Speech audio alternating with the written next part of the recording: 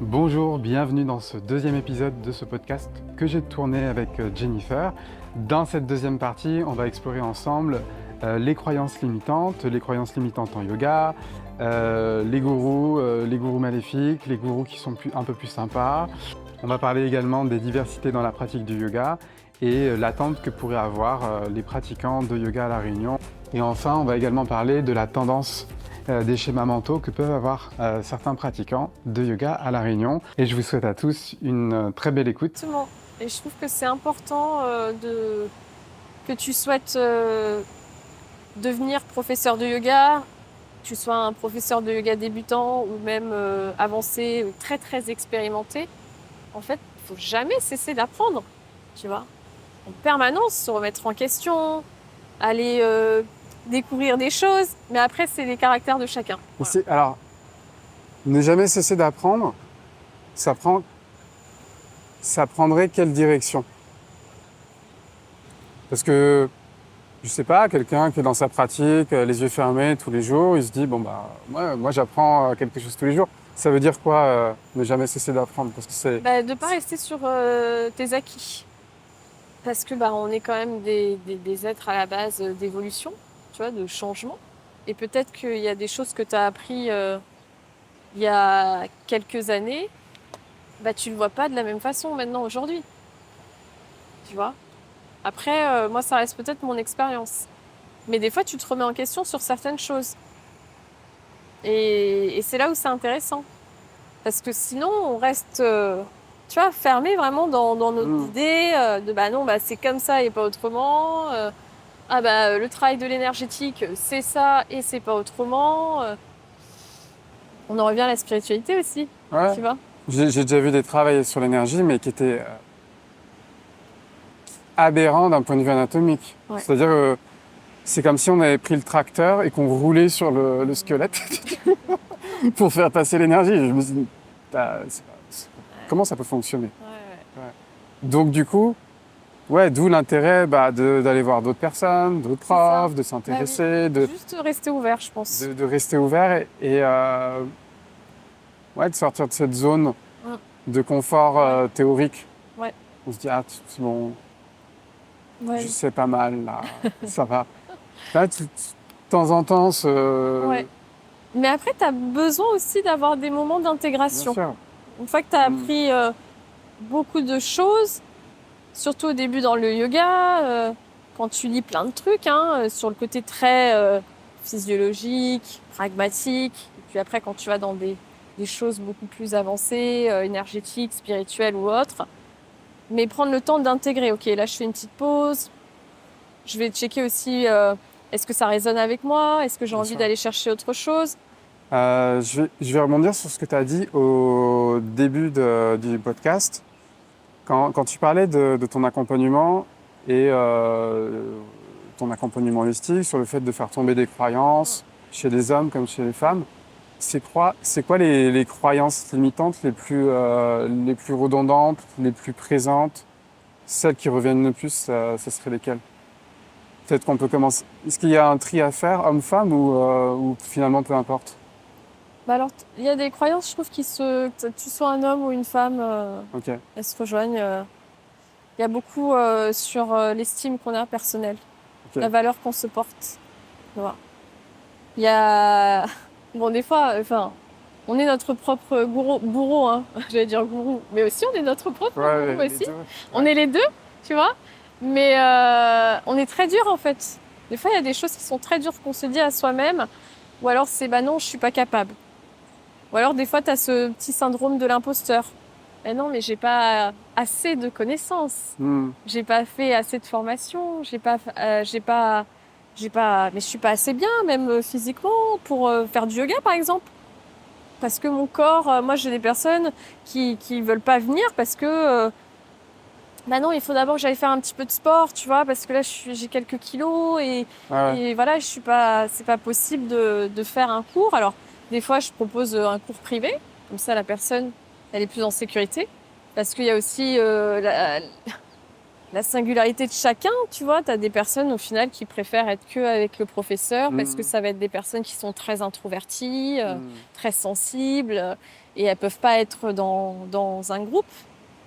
Mais il y a beaucoup, oui, des croyances sur ses propres capacités, en fait. D'accord. Que ça soit dans la pratique du yoga, mais aussi dans le fait de réaliser sa vie, tout simplement. Tu vois, de suivre un peu l'élan du cœur et ce qu'on veut faire.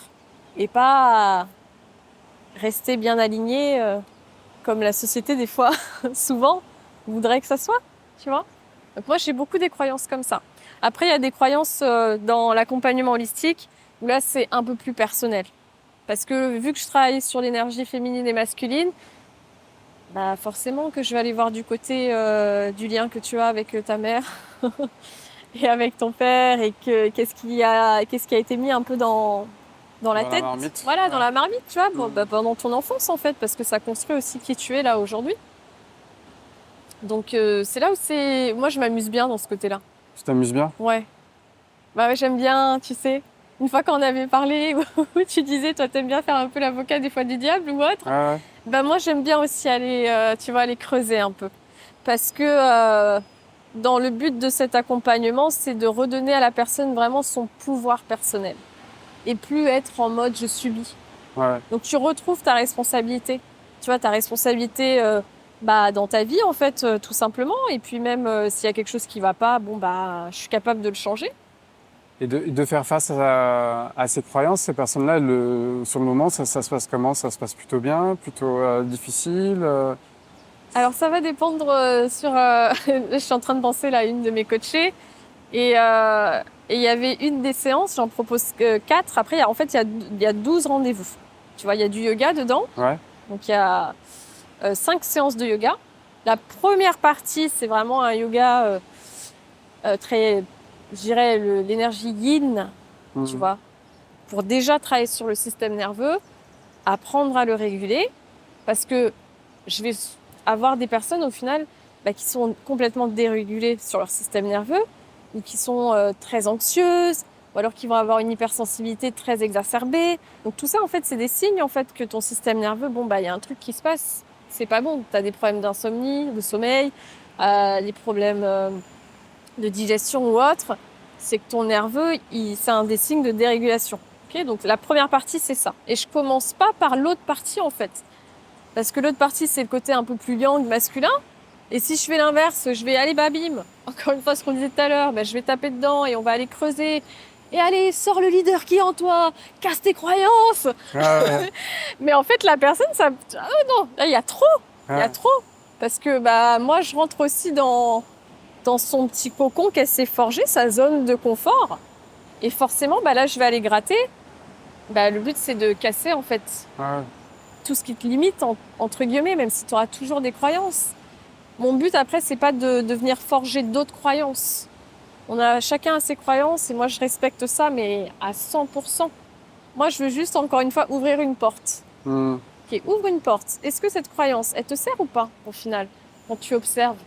S'il y a quelque chose qui ne va pas dans ta vie, qu'est-ce que tu te racontes à l'intérieur? Parce que de toute façon, tout part d'une croyance. Bien sûr. Tout ce qui se passe dans notre vie part d'une croyance. Tout à fait. Si on croit qu'on est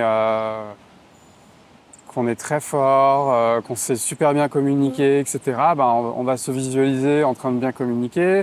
On va se visualiser avec un faciès qui communique correctement. Et finalement, quand on va interagir avec les personnes autour de soi, on va avoir ce nuage de pensées positives autour de nous, quoi. Ouais. Et tout ce qu'on croit, en fait, nous emmène à un endroit ou à un autre. Parce qu'en fait, si on regarde droit devant nous, on a des millions de possibilités. Bien sûr. Puis en fonction de la croyance, on va regarder dans une direction ou dans une autre, voir une pub ou une autre, voir un panneau plutôt qu'un autre, croiser le regard d'une personne plutôt qu'une autre. Ouais. Et tout se passe comme ça, en fait. D'où l'importance de travailler sur les croyances, quoi. Exactement. Et on peut le retrouver même dans le yoga, au final. Parce que moi, dans mon histoire même personnelle, quand j'avais commencé le yoga, très très dur pour moi de méditer, par exemple. Et dans tout ce que je disais, les personnes, quand elles commencé le yoga, c'était des gens en général qui faisaient déjà de la méditation. Et donc moi, j'ai essayé, j'y arrivais pas. Et je me suis dit, c'est pas fait pour moi, tu vois. C'est pas fait pour moi. C'est pas fait pour moi. Je suis déjà en train de m'auto-saboter, en fait. Donc dès qu'on te proposera une méditation, il y a c'est pas fait pour moi qui bloque, quoi. Exactement. Ah ouais. Et puis je disais souvent, oui, mais moi j'ai un mental qui est trop fort. Alors, bon, c'est vrai que je réfléchis beaucoup, tu vois. Mais après, je disais toujours ça à chaque fois. Ouais, j'ai un mental trop fort, de toute façon, j'y arriverai pas. Mais au bout d'un moment, je me suis dit, mais attends, mais Jen, bien sûr que tu peux y arriver, tu vois. Puis en plus, quand je lisais tout ce qu'il y avait de scientifique sur les bienfaits de la méditation, de pleine conscience, hein. Moi, j'ai vraiment appris la pleine conscience. Et je me suis dit, mais waouh, mais c'est quand même extraordinaire. Et puis même, c'est prouvé, tu vois, même scientifiquement, on peut pas dire que en fait, ça marche pas ou voilà. Ouais. Et là, en fait, j'ai changé mon mindset. Tiens, mon mindset vraiment au début qui était assez négative, où je me dévalorisais en me disant, bah non, je peux pas méditer, c'est pas possible, c'est que pour les grands initiés, tu vois. Et en fait, j'ai fait limite un pacte avec moi-même, quoi. Je me suis dit, par exemple, j'adore pratiquer le matin. Ouais. Donc je me levais et je dis, tu ne prendras pas ton petit déjeuner tant que tu n'auras pas médité. Et je m'en fiche. Et tu vois, je me faisais un petit timer. Et en fait, petit à petit, bah voilà, j'ai créé la discipline aussi. Parce que tu as ça au début qui revient aussi dans les croyances. Hein. C'est, bah non, mais de toute façon, j'arriverai jamais à tenir sur la durée. Et puis, j'ai pas le temps. Voilà, j'ai beaucoup ça aussi. Hein. J'ai pas le temps. Bah, en fait, le temps, c'est toi qui te le crée. Hein, tu le prends ou tu le prends pas. Tu prends pas. On a tous 24 heures. Comment tu veux faire ta journée, c'est toi qui décides. Après, oui, bah, des fois, tu as plus d'inconvénients. Enfin, inconvénients, pas ça, mais on va dire tu as quelque chose qui se rajoute si tu as des enfants, si tu travailles la nuit, si tu as en fonction de ton planning. Mais moi, je pars du principe où tout est possible quand tu le veux. Tu vois ? Donc, même quand tu pratiques le yoga, bah, tu peux toujours aller chercher un peu tes croyances. Donc, aller voir, bon, bah, en fait, quand je déroule mon tapis aujourd'hui, qu'est-ce que je me raconte à l'intérieur, tu vois ? Et moi, ça m'a beaucoup aidé, oui, à fonctionner comme ça. C'est comme pour les inversions. J'adore les inversions. Parce qu'en fait, ça vient vraiment travailler justement sur ce côté croyance que tu as. Parce que tu as la peur. Tu vois, tu te dis, bah non, mais je vais jamais y arriver. Et puis je vais tomber, et puis je vais me faire mal, et puis je vais me casser quelque chose. Et encore une fois, c'est pour les autres, c'est pas pour moi. C'est pour ça que j'aime bien faire des petits ateliers inversion. Et j'adore quand j'ai des débutants. Et puis, mais quand je vois des gens qui n'ont jamais fait et qui cassent cette barrière psychologique, mais je me dis, waouh, mais là c'est génial. C'est génial, encore une fois. Donc les croyances, elles sont importantes même dans le yoga. Ouais. Ouais, même à travers les postures. Même à travers les postures. À travers tout, quoi. À travers tout. Ouais, les croyances, elles sont présentes dans les postures, dans sa capacité à méditer, dans tout ce qu'on peut croire sur la vie, sur nous-mêmes. Exactement. Ouais. Il faut se demander, je pense, quand on se dit quelque chose, on se dit quand même pas mal de choses dans la journée. Il faut se demander, est-ce que c'est limitant ou est-ce que c'est quelque chose qui me sert ? Ouais, c'est ça. Est-ce que ça me procure quelque chose d'agréable au niveau du feeling ou est-ce que c'est plutôt désagréable ? Si c'est plutôt désagréable, bah, faut bien se rendre compte que c'est juste une idée qu'on se fait de nous-mêmes avec une subjectivité qui est parfois sans limite. C'est ça. Et avec des filtres, des peurs, des blocages, des traumas qui se superposent par rapport à tout ça. Donc c'est juste une idée qu'on se fait sur nous-mêmes. Si on change d'idée, bon, il y a une manière de la faire, c'est pour ça qu'on va avoir des coachs. Oui. Mais quand on change d'idée, bah, on change notre vie aussi. Oui. C'est ça aussi qu'on peut dire. Oui. Bah là, t'ouvres... T'as une nouvelle intention, en tout cas, qui se fait. Et puis, t'as plus tes œillères, en fait. Tu vois ? Parce qu'avant, l'accompagnement, c'est un peu comme ça.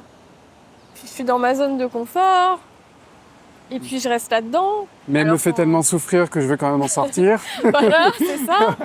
C'est pour ça qu'il y a vraiment l'intention. Mais l'intention, c'est le départ, en fait. Dans tout.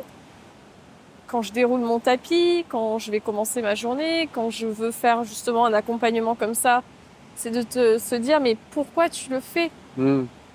Qu'est-ce que ça te procure, en fait ? Et pas juste, je veux faire du yoga parce que après je serai svelte et je pourrais faire des photos. Et puis, tu vois, je pourrais dire aux autres, tu sais, moi aussi, je fais du yoga, tu vois. Ça peut être une porte d'entrée. Ça peut être une porte d'entrée. Bien évidemment, ouais, carrément. Mais après, quand tu te reconnectes à quelque chose de plus profond et plus simple, de se dire, en fait, quand je déroule mon tapis, ça me fait juste du bien. Même si je fais pas les postures les plus avancées, même si des fois j'ai un peu du mal à méditer ou autre, même si j'ai un mental qui est à fond. Mais à la fin, c'est vraiment se reconnecter, tu vois, à cette énergie-là. Oh, waouh, là, je me sens bien, je me sens apaisée, je me sens connectée, tu vois. Et c'est pour ça que l'intention, elle est importante. Parce que c'est l'intention qui va te faire aussi tenir dans la durée. Même quand tu es professeur, coach ou autre, c'est quoi ton intention pour les autres? Si t'as pas d'intention, et là tu disais au tout début, voilà, si tu dis en fait moi je le fais que pour l'argent, ouais, tu vas droit dans le mur. C'est une intention qui est un peu creuse. Ouais. Si tu commences comme ça, en fait, tu vas déjanter vite fait en fait. Hein. Tu vas pas tenir longtemps. Il y en a plein qui tiennent pas très longtemps. Ouais. Peut-être que c'est aussi ça l'intention. C'est ce qui donne une direction, quoi. Quand on est perdu, on se rappelle à ça. Quand ça va mal, on se rappelle à ça. Ok, non, je vais aller là, je vais faire ça pour ces personnes, ou pour cet ensemble, pour cette ville, cet endroit, cette région. Et on se rappelle à ça et ça nous... Bon, on sort des rails, mais on y revient si on n'a pas d'intention. Là, perdu. Oui, c'est ça, t'es perdu. Et ça. Après, ce qui peut se passer quand t'es perdu, c'est que tu peux après trop rechercher sur l'extérieur, même dans ton prof de yoga du coup. On t'attend aussi limite qu'il te sauve tout ce qui se passe, tu vois. Ah oui, là, mais surtout à La Réunion, il y a beaucoup de personnes qui recherchent des sauveurs. C'est ça. Alors, je sais pas si c'est parce qu'ils ont fait quelque chose à des milliers de kilomètres et que ces choses-là sont encore là. Et que finalement, ils se disent, bon, il me faut un sauveur le plus rapidement possible. Mais ouais, ce truc d'aller chercher à l'extérieur, un sauveur, on va trouver le gourou avec le sens péjoratif du terme. Quoi. Exactement, ouais. Parce que ces gens-là n'attendent que des personnes qui veulent se faire sauver, quoi. Ouais. Ce qui est complètement différent du sens premier indien du mot gourou, qui est le guide. Oui. Qui, en Occident, ne veut pas dire exactement la même chose. C'est un poil différent. Et c'est pas trop la même orthographe. Gourou, G-U-R-U, c'est plutôt le guide. Et le gourou, G-O-U-R-O-U, lui, c'est le mec qui... la secte, quoi. Tu vas faire des trucs... Bon, soit tu vas te faire... soit tu vas sauter d'une falaise, soit il va t'arriver un truc d'un point de vue sexuel ou quoi, mais il va pas t'arriver des choses très bien à la fin. Ou soit tu vas finir par aller chercher des bananes, être finalement déconnecté, tu deviens un petit esclave qui fait ce qu'on lui demande, quoi. Ouais. Et jamais un guide ne demande en général ce genre de choses. Ouais. Il essaie juste d'être au bon endroit, au bon moment, avec les bons mots, par rapport à la situation de la personne, et pas par rapport à la situation qu'il a envie d'avoir. La différence, c'est le gourou maléfique, c'est l'autoculte, quoi. C'est... on veut qu'on l'appelle maître, des choses comme ça, il se nourrit de ça. Ouais. Et le guide, surtout, il veut pas qu'on l'appelle maître, quoi. Ah bah non. Ouais. Puis je pense que ma définition, en tout cas aussi de prof de yoga, c'est aussi d'accompagner les personnes. Et moi, en tout cas, mon but, c'est aussi de transmettre des choses accessibles, des outils, j'aime bien, tu vois, dire ça, des petits outils holistiques, pour que la personne, elle continue en fait son travail quand moi je suis pas là, et quand elle est chez elle et qu'elle est toute seule et que ok, je peux pas faire mes postures parce que le yoga c'est pas que les postures, mais Jen elle nous a montré un exercice de respiration, tiens je vais tester ça, juste 2 minutes, tu vois. Puis finalement ça peut devenir un truc qu'elles utilisent tous les jours après, qui leur fait du bien pendant 10 ans, après il y a une autre technique qui vient. Mais c'est là où je me dis là c'est chouette en fait. Et pour moi, en tout cas, dans le côté même du coach, c'est de rendre les personnes aussi autonomes. Et pas tout le temps avoir... Moi, si les gens, ils ont plus besoin de moi, mais quelque part, tu vois, je suis contente aussi. Ouais. Je me dis, bah ouais, mission accomplie, en fait. Soit mission accomplie, soit ça te pousse à t'améliorer, toi, en tant qu'accompagnante. Tu passes à autre chose après. Ouais. Et puis après, bah, tu peux toujours accompagner d'une certaine façon en proposant des ateliers, des conférences, d'autres choses pour que la personne... déjà, pour que la personne, elle aille à son rythme aussi. Respecter son rythme d'évolution, parce qu'on est tous différents et on peut pas imposer non plus des choses. On en revient au fait de ok, je t'enferme dans un dogme, mais c'est comme ça que ça se passe, c'est pas autrement. Donc vraiment respecter le rythme de chacun. Mais ça me, tu vois, ce rôle-là, je viens d'y penser, mais ce rôle de sauveur, oui, je trouve qu'on le retrouve pas mal à La Réunion. Et moi, ça m'était arrivé quand j'avais donné un cours de yoga donc dans une entreprise. Et donc, j'avais une de mes élèves qui vient en début de cours. Et elle est de nature très, très stressée. Après, ils sont dans un travail aussi, c'est vraiment très stressant ce qu'ils font aussi. Il y a une grosse pression. Donc, souvent, moi, quand je les ai, ils sont souvent fatigués. Ouais. Je suis pas très bien, je suis fatiguée, voilà. Et donc elle vient me voir et puis elle me dit, elle avait jamais fait de yoga. Elle avait déjà fait des séances, on avait déjà fait des séances ensemble. Et elle était contente parce qu'à chaque fois à la fin de son shavasana, elle se sentait apaisée. Tu vois, elle rentrait chez elle et même ses enfants ils rigolaient parce qu'ils disaient mais qu'est-ce qui s'est passé maman? Ah mais j'ai fait du yoga. Et puis une fois elle vient avant le cours et puis elle me dit oui Jen, je peux te poser une question? Je suis un peu embêtée quand même. Je ressens plus cet effet. Tu vois, je me sens plus apaisée à la fin. Au contraire, je suis encore agitée. Et donc, tu sais, je lui pose des petites questions comme ça pour aller chercher, creuser un petit peu plus quand même. Qu'est-ce qui se passe? Tu vois, pourquoi tu penses ça? Qu'est-ce que tu attends au final de la séance? Et je lui dis, mais est-ce que tu n'es pas toujours dans une quête de performance? Parce que vu qu'avec son travail, c'est ça, il faut réaliser des choses. Et qu'elle s'est rendue compte sans faire exprès. Et en fait, que ça lui faisait du bien. Elle l'a mis en objectif. Exactement. Et du coup, ça s'est inversé. Et du coup, le yoga était devenu un objectif. Où je reste encore une fois dans le faire. Et je suis plus du tout en fait dans l'être. Qu'est-ce que moi ça me procure? Et puis même de plus être dans de la comparaison. Tu vois, par rapport aux autres. Dans vraiment cette quête de performance. Et je lui ai dit, mais... si à la fin tu ressens pas les effets, est-ce que quelque part c'est grave? Parce que ta progression, on va dire, elle n'est pas tout le temps linéaire. Tu vois, voilà, exactement. Des fois, tu vas pratiquer et tu vas dire waouh, c'était super, c'était vraiment une séance mais magnifique. Puis des fois, tu es là, mais j'arrive à rien, ça me saoule, et puis je suis stressée, et puis ça m'énerve. C'est un peu comme la métaphore qui me vient là, c'est voilà, t'arrives, il y a une machine, la machine c'est le yoga, c'est ta séance, donc tu mets ta pièce et tu sais pas du tout ce qui va tomber. Ça se trouve, il n'y a rien qui va tomber. Ça se trouve, tu vas avoir plein de cadeaux, ça va être génial. Ça se trouve, il va y en avoir un petit peu comme d'habitude. Et voilà, juste tu mets la pièce, tu fais et en fait, tu observes ce qui arrive. Mais quoi. C'est ça. Et du coup, je lui ai proposé de changer sa perception. De se dire, ok, aujourd'hui, je suis peut-être stressée, je suis fatiguée, j'arrive pas, et puis là, j'ai envie de réussir, voilà, j'y arrive pas. Et je lui ai dit, essaye de voir ça déjà comme ton espace à toi. Ça veut dire que, je lui ai dit, moi, je te demande pas de performer.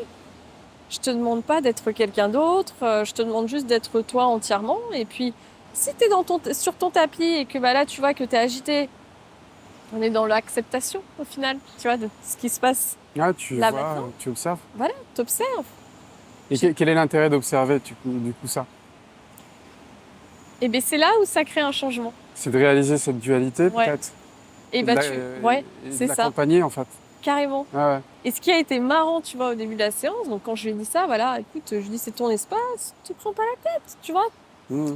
Enfin, te prends pas la tête, c'est une façon de dire, parce qu'au final, tu continues toujours à te prendre la tête, mais... Et en fait, on a fait la séance et tout, et puis je sais plus, je sais plus ce que j'ai fait exactement, c'était un petit moment cette séance. Hein. Et puis je sais plus, j'ai sorti un truc, tu vois, j'ai cassé un peu la blague. Et en fait, ça l'a fait rire. Et donc il y a eu un petit fou rire comme ça. Et en fait, on a tout un peu rigolé, tu vois. Il y a un truc qui a switché. Et puis bah là, j'ai vu, tu sais, son visage, même à la fin, quand elle a fait son shavasana ou autre. Et puis elle m'a regardée, tu vois, elle a un peu souri. Ouais, là, je l'ai eu mon bien-être. Voilà. Et puis elle s'est dit, ouais, en fait, j'ai changé la perception du truc. Et quelque part, elle acceptait aussi de se dire, bon, ça marche pas. Des fois, ça marche moins bien, et voilà. C'est OK, en fait. Okay. Parce que j'avais peur. Je me suis dit, est-ce qu'elle va revenir ? Parce que t'as des gens, tu vois, qui veulent pratiquer juste pour ce truc un peu de dopamine, tu vois, voilà, le bien-être, quoi. Voilà, de bien-être. Ouais. Et puis, c'est vendu un peu comme ça aussi. Voilà, exactement. Alors que, quand tu commences à être dans une pratique beaucoup plus régulière, comme on le disait, non, en fait. Il n'y a pas que ça. Et au final, elle est revenue et tout va très bien. Parce que c'est aussi accepter que je suis humaine. Et puis il y a des jours, en fait. Il y a des jours mais tu sais pas ce qui se passe. C'est ça. Ça se trouve, là, tu as pratiqué, tu as fait une super pratique, mais ton corps, il s'est dit waouh, j'ai beaucoup d'énergie, je vais en profiter pour me détoxifier. Ouais. Toi, tu n'en as aucunement connaissance. Tu te retrouves avec plein de toxines, tu n'es pas bien et tout, mais en fait, c'est juste que ton corps, il a décidé à ce moment-là et tu sais pas. Exactement. Tu sais pas du tout ce qui se passe à l'intérieur de toi, avec cette intelligence qui est 1000 fois supérieure à toi. Tu peux pas comprendre des fois pourquoi tu n'as pas les bénéfices et tout. Et voilà, des fois, il y a des bénéfices que tu ne vois pas. C'est aussi ça, le truc. Des bénéfices invisibles. Ouais, carrément. Et c'est là où je trouve que le yoga, pour moi, reste une pratique vraiment extraordinaire. Et je dirais même thérapeutique. Tu vois. Et au début, mon approche du yoga, elle n'était pas du tout comme ça, avant d'être prof de yoga. Hein. Tu vois, parce que moi, j'avais commencé... parce que j'avais lu un article dans un magazine de sport, parce que je faisais du crossfit. Et il y avait eu un article qui disait, le yoga, c'est très bien pour le crossfit. Et ça améliore tes performances, voilà. Ce qui est vrai aussi, hein. Ça améliore tes performances. Si tu veux le voir que comme ça, carrément. Tu vas en plus mieux respirer, tu vas être beaucoup plus présent dans tes exercices. Donc oui. Et puis mobilité, etc., renforcement des muscles profonds. Et au début, moi, je pratiquais, c'était très physique, hein. Je voulais faire les postures. Et puis moi, j'ai commencé avec Dylan Warner aussi. D'accord, ok. Avec ses programmes en ligne. Et Full Strength. Voilà. Sur Allo. Je ne sais plus comment ça s'appelait à l'époque. Je crois que c'était Allo Moves. Ouais, Allo Move. Ouais, voilà. Moi, j'avais commencé comme ça. Et c'était même pas en illimité. C'est acheter ces petits programmes. D'accord, ok. Séparément. Voilà. Et un mec que j'adore, hein, vraiment. Je sais pas comment ça s'est passé, toi, quand tu avais fait la formation avec lui. Mais en tout cas, de moi, ce que j'ai pu voir, j'appréciais beaucoup son enseignement. C'est quelqu'un qui creuse. Ouais. J'ai rarement vu quelqu'un creuser autant sur le sujet qu'il proposait d'enseigner. Ouais. Ça se voit. Hein. Tu le retrouves même dans ses Il y a un peu d'ego comme pas mal. Alors, je sais pas, parce que j'ai ressenti cet ego aussi chez d'autres profs américains.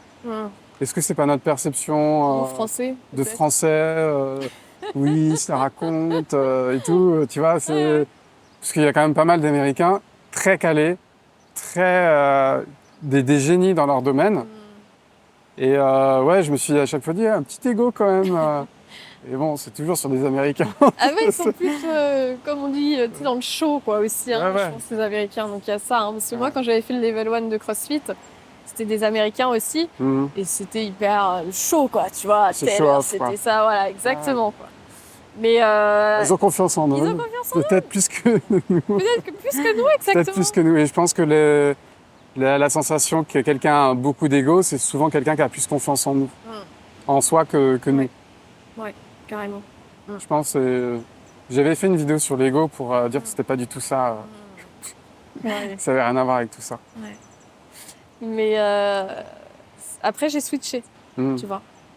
Donc, mais on n'est pas tous obligés de switcher. Hein. quand tu fais la formation... Moi, par exemple, je connais d'autres profs de yoga qui sont pas dans ce truc, tu vois, spirituel, ou qui veulent aller gratter autre chose ou autre, et qui, leur yoga, c'est très physique, très dans les postures. En fait, ça peut leur faire beaucoup de bien pendant des années. Et carrément. S'ils se prennent pas la tête, qu'ils sont heureux, qu'ils sont bien avec les autres, en vrai... c'est ça. En vrai, c'est pas mal. Hein. Ouais. C'est pas mal. Bah oui. Donc... c'est mieux que quelqu'un qui défendrait de manière assez rigide sa chapelle, en critiquant tout le monde et en étant complètement fermé à tout ce qui se passe. Je pense qu'il faut être ouvert. Même s'il a une pratique très subtile, énergétique et tout, si derrière c'est pour être un autiste social, oui. je sais pas si c'est intéressant. Donc ça, je pense que c'est important ça. Et ça me fait penser, tu sais, au documentaire que je t'avais dit là sur YouTube. Là. À qui appartient le yoga, qui est un documentaire en anglais, justement, où ils allaient voir ces deux côtés, en fait, de côté très oriental, très traditionnel du yoga, et le côté plus occidental, ce que nous, on en a fait.